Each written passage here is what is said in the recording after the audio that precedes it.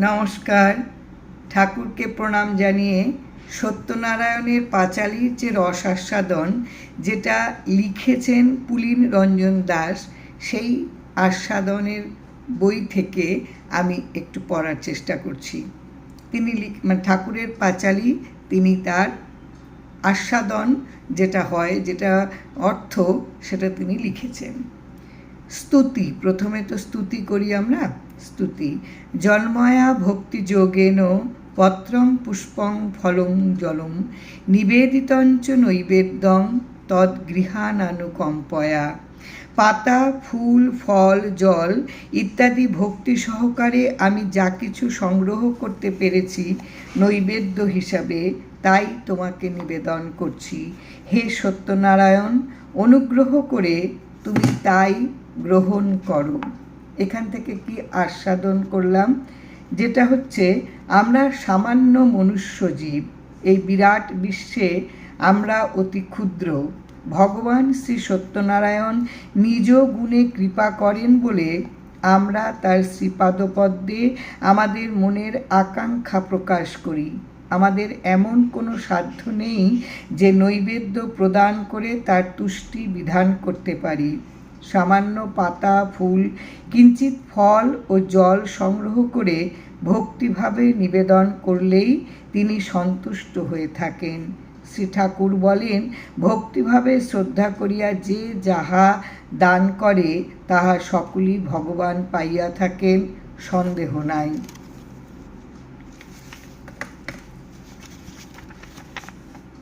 যে কোনো ভক্ত আমার প্রতি ভক্তিতে আমাকে পত্র, পুষ্প, ফল, জল ইত্যাদি অর্পণ করে, সেই শুদ্ধ বুদ্ধি নিষ্কাম প্রেমিক ভক্তের ভক্তি প্রদত্ত উক্ত দ্রব্যাদি আমি প্রীতির সঙ্গে ভক্ষণ করি। গীতায় শ্রী ভগবান বলেছেন। এখানে সেই কথাটি ভক্ত ভগবানের কাছে তার বাক্য উপহারে প্রার্থনা করেছে। সেখানে গীতাতে হচ্ছে ভগবান বলেছেন, এখানে ভক্ত বলছেন।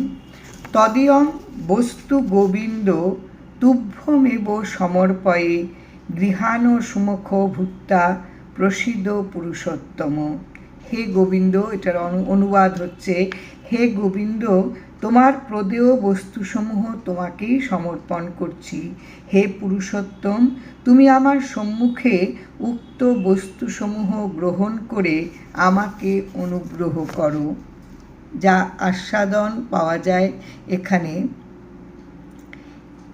বেদবাক্যের দ্বারা শ্রী ভগবান স্বরূপ উপলব্ধি হয়, এই জন্য তার নাম গোবিন্দ। এই কালচক্রের সংসার অস্থায়ী রূপে পরিচালিত হইতেছে, স্থিতি নাই। যাহা কিছু করি, যাহা কিছু দেখি, যাহা কিছু খাই, যাহা যাহা ব্যবহারে সুখের এবং দুঃখের সৃষ্টি হইতেছে, সকলই ইন্দ্রিয় স্পর্শ মাত্র। চঞ্চল, অস্থির, অভাব জানিয়া মনের কল্পিত বেগ ধৈর্য ধরিতে ধরিতে সত্যরূপ প্রাপ্ত হইয়া এই সংসার নিষ্কৃতি পায়, তাহাকেই গোবিন্দ বলে। শ্রী ভগবান সন্তুষ্ট হইলে তার প্রকৃত ভক্ত সন্তুষ্ট হন। একান্ত আবদারের সুরে শ্রী সত্যনারায়ণের ভক্ত বললেন, আমার সামনে বসে তুমি ফল, জল ইত্যাদি গ্রহণ করো। বেদবাণীতে ঠাকুর স্পষ্ট করে বলে দিয়েছেন, যখন যার উদ্দেশ্যে যাহা দেওয়া হয় তৃপ্তির সহিত গ্রহণ করিয়া থাকেন, ইহাতে সন্দেহ নাই। মন্ত্রহীনং ক্রিয়াহীনং ভক্তিহীনং জনার্দন যৎ পূজিতং ময়া দেব পরিপূর্ণং তদস্তু মে। অনুবাদ হচ্ছে, হে জনার্দন, আমি তোমার মন্ত্রাদি জানি নে, তোমার কোনো ক্রিয়াকর্মও জানি নে। ভক্তিহীন আমি অভাজন, যেভাবে যাহা দিয়ে তোমাকে পুজো করেছি তাতেই তুমি পরিপূর্ণ হও। আস্বাদন যেটা নেওয়া যায়, এখানে শ্রী শ্রী সত্যনারায়ণকে জনার্দন বলা হয়েছে। জন যুক্ত অর্দন, জনার্দন।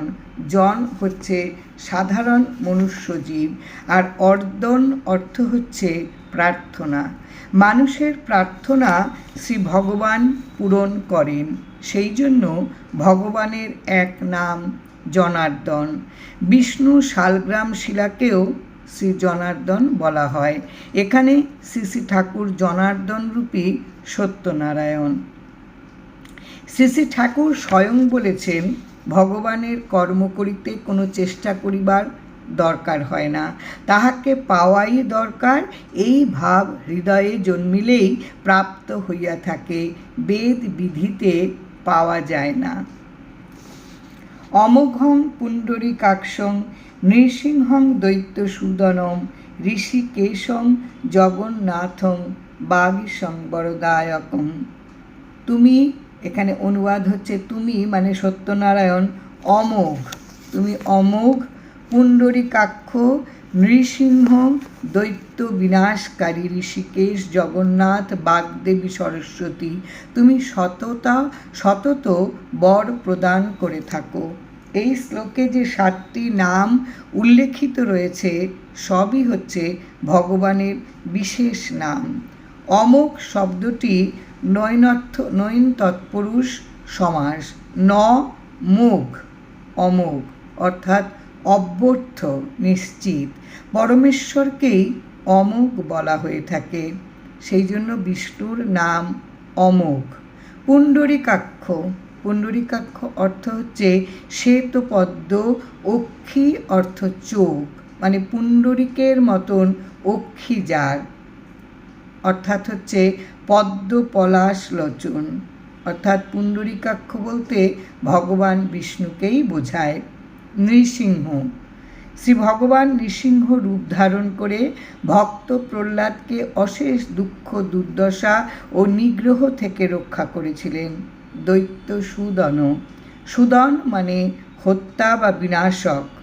দৈত্য সমূহকে যিনি বিনাশ করেন তাকে বলা হয় দৈত্য নিষুদক। শ্রী ভগবান দৈত্যকে বিনাশ করে দৈত্য নিষুদন হয়েছেন। ঋষিকেশ, ঋষিকেশ হচ্ছে ঋষিক মানে ইন্দ্রিয় এবং ঈশ মানে দেবতা, যিনি ইন্দ্রিয়ের দেবতা, তা অর্থাৎ হরি। এই যে বলেছেন অমোঘং পুণ্ডরীকাক্ষং নৃসিংহং দৈত্যসূদনম ঋষিকেশং জগন্নাথং বাগীশং বরদায়কম, এটার প্রত্যেকটা আস্বাদন তিনি লিখে রেখেছেন। ঋষিকেশ অর্থ হচ্ছে ঋষিক যুক্ত ঈশ। ঋষিক মানে ইন্দ্রিয়, ঈশ অর্থ দেবতা, যিনি ইন্দ্রিয়ের দেবতা অর্থাৎ শ্রী হরি এবং বিষ্ণু অর্থাৎ বা বিষ্ণু। জগন্নাথ, জগতের যিনি নাথ অর্থাৎ বিষ্ণু বা সত্যনারায়ণ। বাগীশ, বাক যুক্ত ঈশ, বাক অর্থ হচ্ছে বাক্য, ঈশ অর্থ দেবতা। বাক্য, শব্দ, বিদ্যা ইত্যাদি দেবতা হচ্ছে বাগীশ অর্থাৎ সরস্বতী। তাহলে বাগীশ বরদায়কম, এটা হচ্ছে অর্থাৎ ভগবান ভগবতীতে কোনো পার্থক্য নেই। ভগবান শ্রী সত্যনারায়ণ বিভিন্নভাবে প্রকটিত হয়ে ভক্তের মনোবাসনা পূর্ণ করেন। সগুণঞ্চ গুণাতীতং গোবিন্দ গরুরধ্বজং জনার্দনং জনানন্দং জানকী বল্লভং হরিম। এটার অনুবাদ হচ্ছে, হে সত্যনারায়ণ, তুমি সগুণ এবং গুণাতীত, তুমি গরুর ধ্বজাধারী রথারূঢ় গোবিন্দ, তুমি জনার্দন, তুমি জানকী বল্লভ হরি, শ্রীরাম ব্র্যাকেটে দিয়েছেন, তুমি সর্বদা জনচিত্তে আনন্দ দিয়ে থাকো। আস্বাদন যেটা হয় সেটা হচ্ছে সত্য, রজ, তম, এই 3টি হচ্ছে গুণ। শ্রী শ্রী সত্যনারায়ণই সগুণ এবং গুণাতীত ব্রহ্ম। ব্রহ্মের 2টি রূপ, সগুণ এবং গুণাতীত। যখন তিনি ভক্তের জাগতিক মনোবাসনা পূর্ণ করেন তখন তিনি সগুণ। প্রণমামি সদা ভক্তা নারায়ণ মতঃপরম দুর্গমে বিষমে ঘোরে শত্রুনা পরিপীড়িতে। অনুবাদ হচ্ছে, হে সত্যনারায়ণ, অতঃপর তোমাকে আমি সভক্তি প্রণাম নিবেদন করি। তুমি দুর্গমে বিষমে বিপদে এবং শত্রু আক্রান্ত জীবকে সর্বদা রক্ষা করে থাকো। আস্বাদন যা হলো, শ্রী শ্রী সত্যনারায়ণের অশেষ বৈশিষ্ট্যাবলী বিশ্লেষণ করে এবার তাকে সভক্তি প্রণাম নিবেদন করা হয়েছে। শ্রী সত্যনারায়ণ তার ভক্তকে অশেষ দুর্গতি ও শত্রুর কবল থেকে রক্ষা করেন।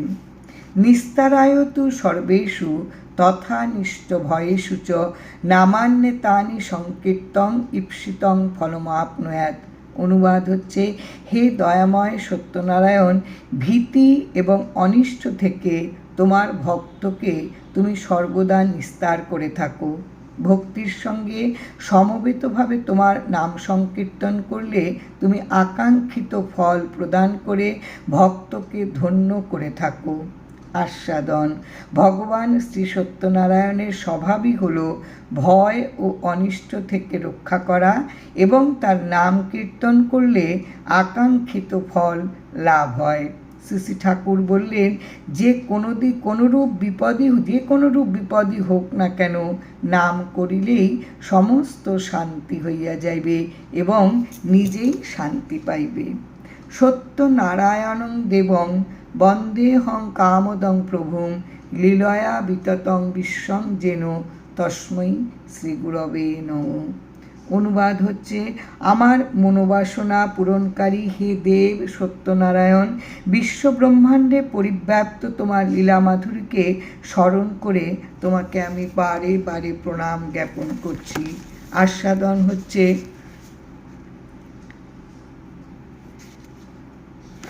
তার লীলা মাধুর্য সমগ্র বিশ্বব্রহ্মাণ্ডে পরিব্যাপ্ত।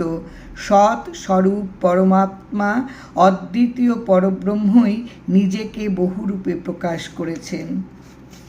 পুষ্পাঞ্জলি। ওম নমস্তে বিশ্বরূপায় শঙ্খচক্রধরায় চ পদ্মনাভায় দেবায় ঋষিকপতয়ে নমঃ। নমো অনন্ত স্বরূপায় ত্রিগুণাত্মবিভাসিনে এষ পুষ্পাঞ্জলি। ওম সত্যনারায়ণায় নমঃ।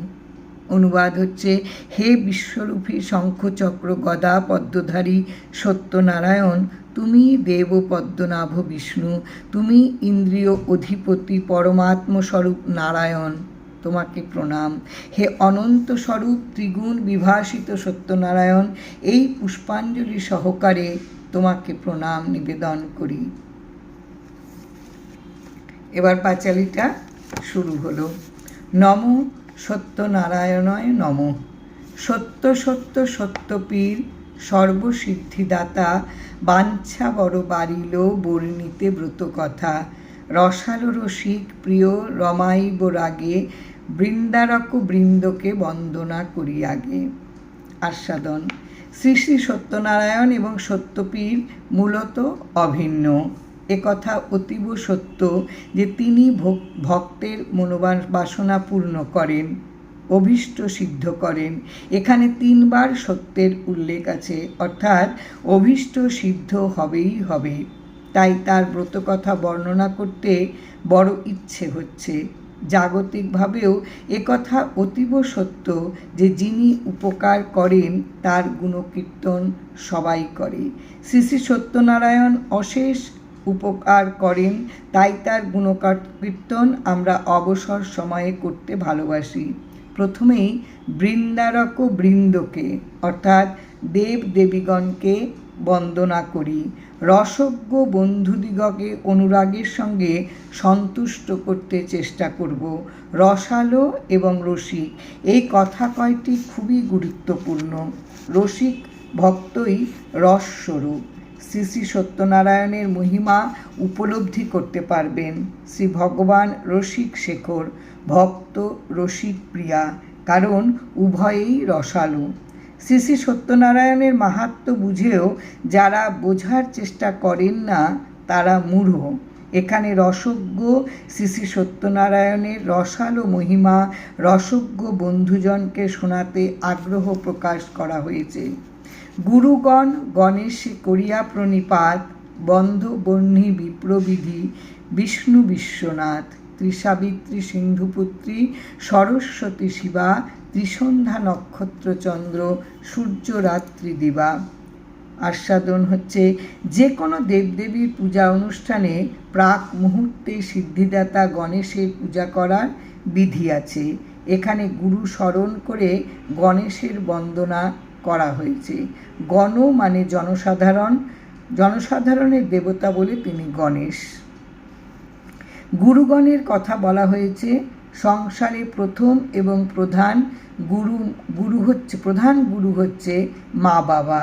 এছাড়া গুরুজন যারা আছেন সবাইকে প্রণাম। অগ্নি, ব্রাহ্মণ, বিধি, বিষ্ণু, বিশ্বনাথ সবাইকে প্রণাম করি। ত্রিসাবিত্রী, ত্রিবিধ গায়ত্রী, প্রাতে ব্রহ্মাণী তার ধ্যান, প্রাত গায়ত্রী রবিমণ্ডল, দ্বিভুজা অক্ষসূত্র কমণ্ডলকার,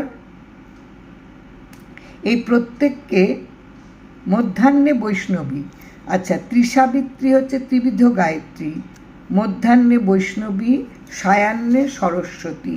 এদের ধ্যান ত্রিবিধ, এই যে এখানে বলা হয়েছে ত্রিসাবিত্রী সিন্ধুপুত্রী সরস্বতী শিবা, ত্রিসন্ধ্যা নক্ষত্র চন্দ্র সূর্য রাত্রি দিবা। সিন্ধুপুত্রী হচ্ছে দেবাসুরের সমুদ্র মন্থনের সময় সমুদ্র গর্ভ থেকে অনেক কিছু পৃথিবীতে উঠে এসেছিল, তার মধ্যে লক্ষ্মী দেবীও ছিলেন, এই জন্য তিনি সিন্ধুর পুত্রী। ত্রিসন্ধ্যা, তিনটে সন্ধ্যা, সম্যক রূপে পরব্রহ্মের ধ্যান বা চিন্তা বা উপাসনার নাম হচ্ছে সন্ধ্যা। দিন রাত্রির মিলন সময়ে এবং পূর্বাহ্ন ও অপরাহ্ন এই দুইয়ের মিলন সময়ে ধ্যান উপাসনা করার নাম হচ্ছে সন্ধ্যা।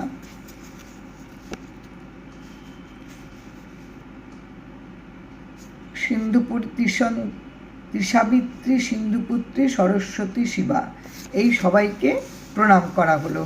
কামাক্ষারে করিণতি ধর্মরাজ জুতা, সসর্প মনসা বন্দ মহেশের সুতা, অষ্টসিদ্ধি নবগ্রহ দশদিকপাল, বন্দ বর্ণ পঞ্চাশত পরম রসাল। ধর্মরাজ যমের সঙ্গে আমি কামাখ্যা, যিনি কামনা বাসনার আশ্রয়স্থল দেবী, এবং শিব নন্দিনী বা মনসা দেবীকে আমি সর্পের সঙ্গে প্রণাম নিবেদন করি। অষ্টসিদ্ধি নবগ্রহ, অষ্টসিদ্ধি কোনগুলো? দশদিকপাল এবং পরম রসাল, পরম মাধুর্যময়, এগুলোকে বন্দনা করি। সমস্ত বর্ণমালা যেগুলো আছে সবাইকে আমি বন্দনা করি। প্রণমিব পরাৎপর পদাব্জ যুগল, কুর্মানন্ত অবনী অম্বুধি অষ্টাচল, ত্রৈলোক্য তারিণী বন্দ তুলসী সুন্দরী, গোলক প্রভৃতি বন্দ চতুর্দশ পুরী। পরাৎপর, প্রণমিব পরাৎপর, পরাৎপর হচ্ছে পর থেকে পর, মানে শ্রেষ্ঠ, শ্রেষ্ঠ থেকে শ্রেষ্ঠ, অর্থাৎ যার ওপরে শ্রেষ্ঠ আর কেউ নেই, সেই শ্রী সত্যনারায়ণের পদাব্জ যুগলকে প্রণাম করছি। শ্রী শ্রী ঠাকুর বলেন, সত্যনারায়ণের চরণে অর্থাৎ আশ্রিত জনকে কালে কি যমে স্পর্শ করতে পারে না।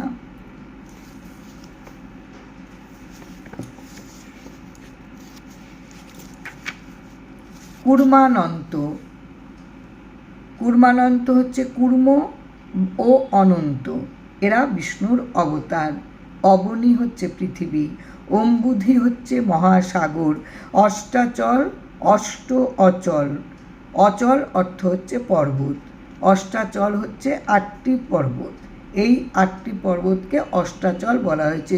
ওই যে কুর্মানন্ত, অবনী, অম্বুধি, অষ্টাচল।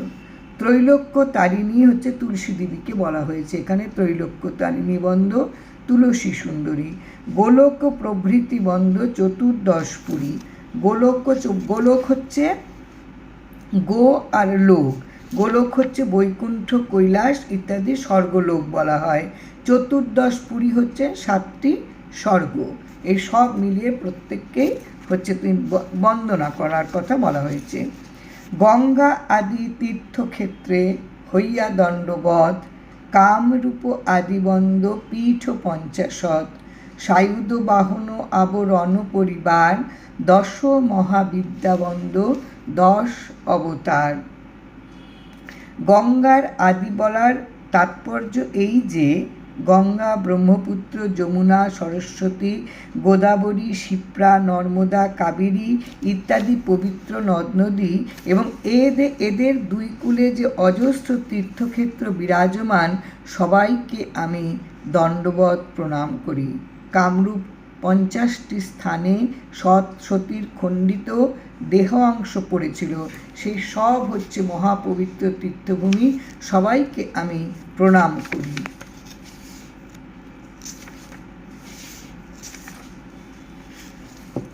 সায়ুধ, সায়ুধ অর্থ হচ্ছে হচ্ছে সঙ্গে, আয়ুধ হচ্ছে অস্ত্র, অর্থাৎ অস্ত্র সঙ্গে আবরণ শক্তি কাকে বলা হয়?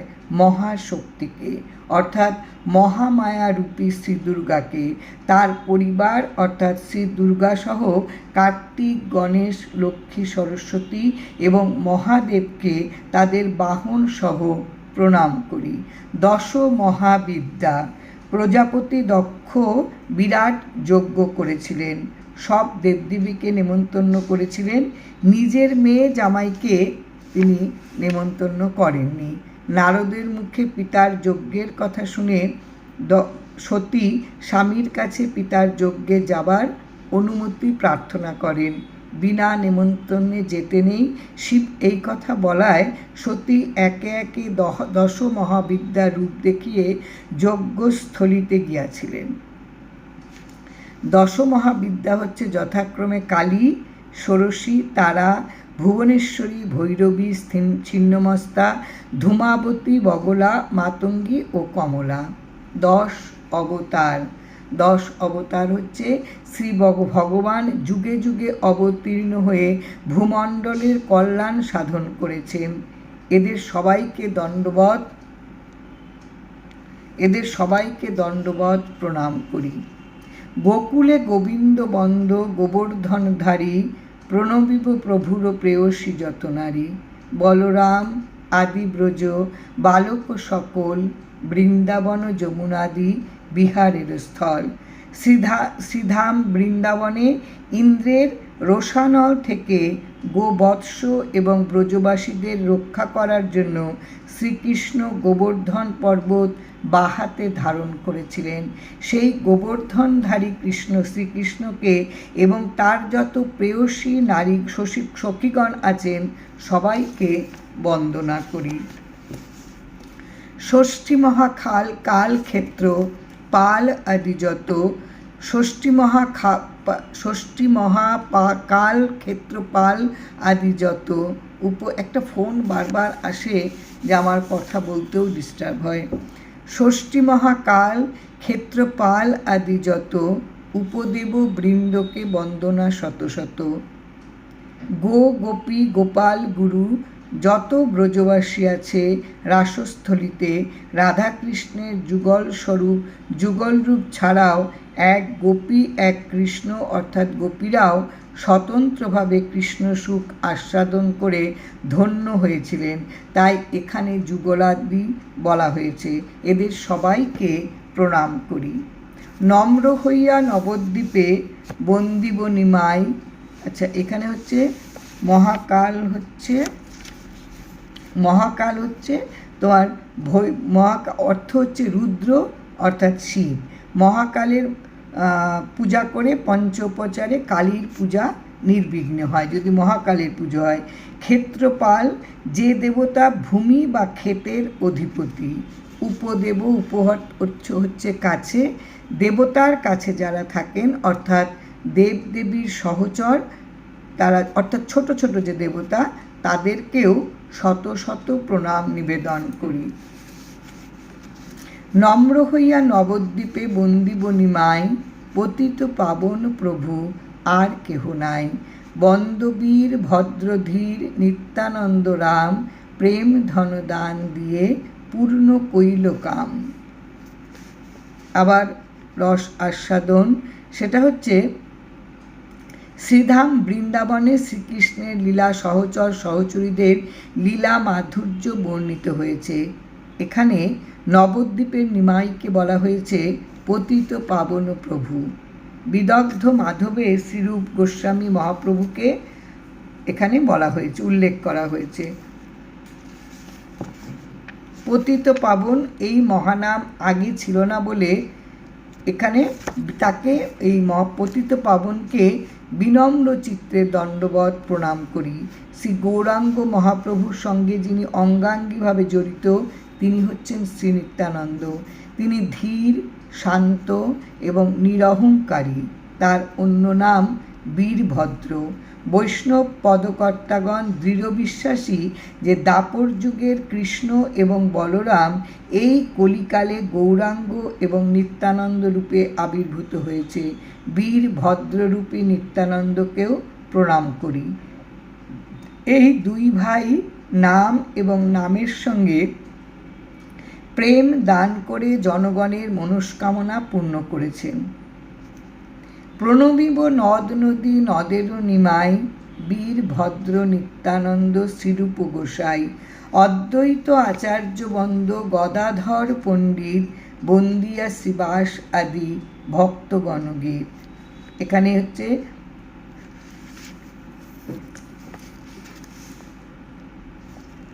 প্রণবিব নদ নদী, এখানে নদ নদীর সঙ্গে নদিয়ার নিমাই এবং বীরভদ্র নিত্যানন্দকে পুনরায় বন্দনা করা হয়েছে। শ্রী ঠাকুর বললেন, নামের শক্তি গদাধর, নামের ভাব অদ্বৈত, নামের রূপ শ্রীকৃষ্ণ চৈতন্য। অন্যত্র বেদবাণীতেই তো বলা আছে। অন্যত্র শ্রী ঠাকুর বললেন, কূটস্থ চৈতন্যের আবির্ভাবে নিত্যানন্দের যোগ হয়। ধীর সমীরে যাওয়ার ব্যবস্থাটুকুকে অদ্বৈত ভাব বলা হয়ে থাকে। এখানে প্রতিষ্ঠা রুচি জন্মালে যে ভাব হয় তাকে গদাধর বলে। সতত এই স্থানে আবেগ বৃত্তি বর্ধন শক্তিকে শ্রীবাস বলে। নিত্যানন্দ, অদ্বৈত, গদাধর ও শ্রীবাস এরা শ্রীকৃষ্ণ চৈতন্যের পার্ষদ ও ভক্ত। এদের সঙ্গে অন্য এক মহাপ্রতাপশালী ভক্তের নাম উল্লেখ হয়েছে, তিনি শ্রীরূপ গোস্বামী। এদের সবাইকে বন্দনা করি। বৈষ্ণব ব্রাহ্মণ জ্যোতি মহান্তের গণ, যোগী ন্যাসী কর্মী জ্ঞানী গোস্বামী চরণ। বিষ্ণুকে যিনি জেনেছেন তিনি বৈষ্ণব। বিষ্ণু অর্থ হচ্ছে ব্যক্ত। যিনি সর্বত্র ব্যক্ত আছেন তিনি বিষ্ণু। তাকে জ্ঞাত হওয়া সংসারীদের পক্ষে বড় কঠিন। তিনি জগৎগুরু।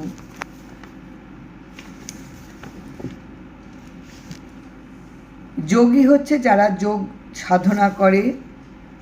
ন্যাসী হলো যারা প্রাণায়াম করে তাদের ন্যাসী বলে। কর্মী হচ্ছে যিনি শ্রী শ্রী ঠাকুর নিষ্কাম কর্মীকে খুব ভালোবাসতেন। তিনি বললেন, নিজ নিজ অধিকারের দাবি না করিয়া কর্তব্য সম্বন্ধে সচেতন থাকাই হচ্ছে ধর্ম।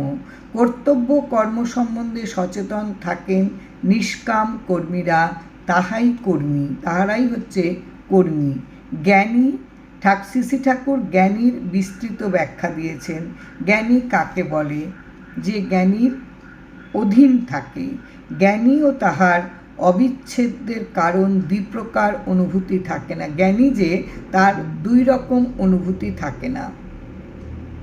এবার গোস্বামী, যে ব্যক্তির সাংসারিক ব্যাপারে নির্লিপ্ত থেকে ধর্মচিন্তায় মনোনিবেশ করেন তিনি হচ্ছেন গোস্বামী। এই উপরোক্ত সবাইকে আমি বন্দনা করি।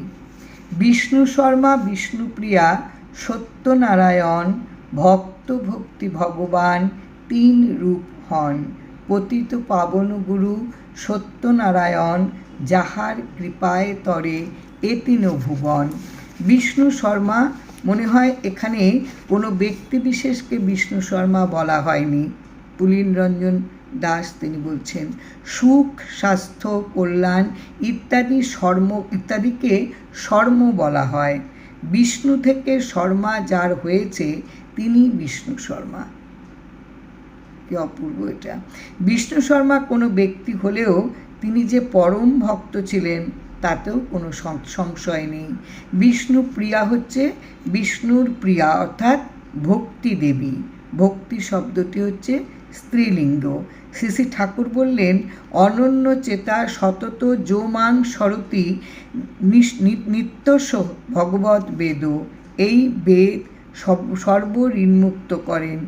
ঋণমুক্ত হইলেই বিষ্ণু শর্মা বিষ্ণুপ্রিয়ার উদয় হয়। সত্যনারায়ণ স্বয়ং ভগবান, সত্যনারায়ণকে ভুলিবেন না। ভক্ত ভক্তি ভগবান তিনে হচ্ছে এক সত্যনারায়ণ।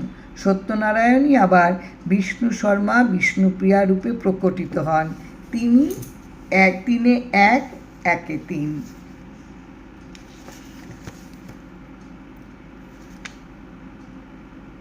পতিতকে উদ্ধার করেছেন এই সত্যনারায়ণ। তিনি কাঙাল বেশে ধরায় অবতীর্ণ হয়েছেন। তিনি কৃপা করে 3 ভুবন যথা স্বর্গ, মর্ত্য, পাতাল তিনি উদ্ধার করেছেন। আমি সবাইকে অবনত শিরে প্রণাম জানাই। ব্রহ্মাদ্যাতি সর্বশক্তি পরাশক্তি দাত্রী চণ্ডা চামুণ্ডা চণ্ডিকা দুর্গা শিবাদুতি অপ্সরী কিন্নরী বন্দ ডাকিনী যোগিনী 6 রাগ 6 ঋতু 36 রাগিনী। ব্রহ্মাদ্যাতি ব্রহ্মাদি যুক্ত আদি, ব্রহ্মাদ্য যুক্ত আদি, ব্রহ্মাদ্যাদি। এই ব্রহ্মাদ্যাদি হচ্ছে ব্রহ্মাদি বলার তাৎপর্য হলো অসংখ্য ব্রহ্মাণ্ডের অধিপতিদিগকে ব্রহ্মাদি বলে অভিহিত করা হয়েছে। যত ব্রহ্মা আছেন সবাইকে প্রণাম করি। যিনি সর্বশক্তি এবং শ্রেষ্ঠ শক্তি প্রদান করেন তিনি একই মহাশক্তি। বিভিন্ন নামে তিনি আমাদের কল্যাণ সাধন করেন। কোনো সময় তিনি চণ্ডা, কোনো সময় মা আমার চামুণ্ডা, কোনো সময় মা কালী, কোনো সময় দুর্গতি নাশিনী, দুর্গা মায়ের বার্তা বহনকারীকেও শিবাদুতি মায়ের সঙ্গে সবাইকে প্রণাম করি, প্রত্যেককে প্রণাম করি। অপ্সরী কিন্নরী ডাকিনী সবাইকে বন্দনা করি। 6 রাগ 6 ঋতু 36 রাগিনী প্রত্যেককে প্রণাম জানাই। বন্দ বেদ বেদাঙ্গ বেদান্ত বিদ্যাগণ যত ব্রহ্ম ঋষিদেব মুনির চরণ অতঃপর বন্দিব রহিম রামরূপ ত্রিদশের 14 ভুবনের ভূপ। ঋক সাম যজু অথর্ব এই 4টি বেদ জগতের আদি গ্রন্থ বেদ। বন্দ বেদকে বন্দনা করা হচ্ছে। বেদাঙ্গ বেদের 6 প্রকার অবয়ব গ্রন্থ। বেদান্ত বেদের অন্ত অর্থাৎ উপনিষদ। বন্দ বেদ বেদাঙ্গ বেদান্ত বিদ্যাগণ বেদ বেদাঙ্গ এবং বেদান্তকে শ্রদ্ধা সহকারে প্রণাম করি এবং ব্রহ্ম ঋষিদেব মুনি ইত্যাদির চরণ বন্দনা করি। তারপর রামরূপ রহিমকে বন্দনা করব। রহিম আরবি শব্দ অর্থাৎ তার অর্থ হচ্ছে দয়াময় ঈশ্বর। রহিমের বেশ ধারণ করে শ্রী শ্রী রাম ঠাকুর নাম প্রদান করে এবং লোক কল্যাণ ও জগতের হিত সাধন করেছেন। তিনি দেবতাদিগের 14 ভুবনের অধিপতি স্বয়ং পরম ব্রহ্ম। ত্রিদশ অর্থ দেবগণ। ত্রিদশের মানে হচ্ছে 7 স্বর্গ এবং 7 পাতাল অর্থাৎ 7 যুক্ত 7 14 দেবতাদের 14 ভুবনের অধিপতিকে আমি প্রণাম জানাই। আমরা পড়ি কিন্তু আমরা এই জায়গাগুলি যদি একটু বুঝতে পারি তাহলে বোধহয় এই পড়াটা একটা অন্য মাত্রা পায়। কোরআন কেতাব আর কলমা সংহতি সুফিখা পীরের পায় প্রচুর প্রণতি 700 আউলিয়া বন্দি করজোরে ফণীন্দ্র নগেন্দ্র ইন্দ্র কাঁপে যার ডরে। মুসলমানদের ধর্মগ্রন্থ হচ্ছে কোরআন, কেতাব পুস্তক। এখানে মুসলমানদের অন্য ধর্মগ্রন্থ হাদিসকে বলা হয়েছে। কলমা সংহতি, লা ইলাহা ইল্লাল্লাহু মোহাম্মদুর রসুল্লাহ ইত্যাদি এই শব্দ কয়টি উচ্চারণ করে ইসলাম ধর্মের প্রতি আনুগত্য প্রকাশ করা হয়। এটি হচ্ছে কলমা সংহতি। এর অর্থ হচ্ছে আল্লাহ ছাড়া দ্বিতীয় কোনো উপাস্য নেই। এখানে এদের সবাইকে প্রণাম করি। সুফি, ইসলাম ধর্মে যারা আল্লাহকে প্রেমিক রূপে ভক্তি শ্রদ্ধা করেন সেই সম্প্রদায়কে সুফি সম্প্রদায় বলে। খা হচ্ছে জ্ঞানী ও শিক্ষিত ব্যক্তিকে খা বলা হয়। পীর হচ্ছে ফার্সি শব্দ। এর অর্থ হচ্ছে দৈব শক্তি বিশিষ্ট সাধু মহাপুরুষ। সুফিকা পীরের পায়ে হয়ে রইল অজস্র প্রণাম। আউলিয়া হচ্ছে যারা শ্রী ভগবানের নামে ব্যাকুল হয়ে আছেন, তাদের কথাবার্তা চালচলনে কোনো ধারাবাহিকতা নেই, সবসময় একটা উদাস ভাব, তারা আউল। এদের সংখ্যা প্রচুর।